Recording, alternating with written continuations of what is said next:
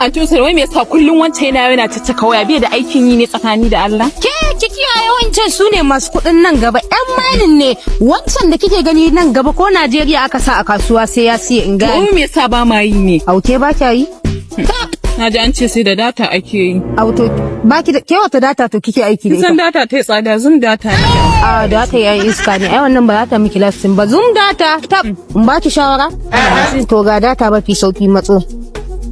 Faka je ki je bil 247 data kina ji ki bar zoom ba abin arziki bane je ki je bil 247 data ki yo download din shi akwai shi a Play Store akwai shi a App Store sannan suna sayar da data a cikin farashi mai sauki suna sayar da katin waya akwai bill wanda zaki biya kuɗin NEPA a ciki sannan zaki iya biya kuɗin StarTime da DSTV kin gane ke bari in ga miki wani babban cin banza na rantse da Allah duk wanda kika gayyato cikin app din ne ya sayayya kina da naki percentage din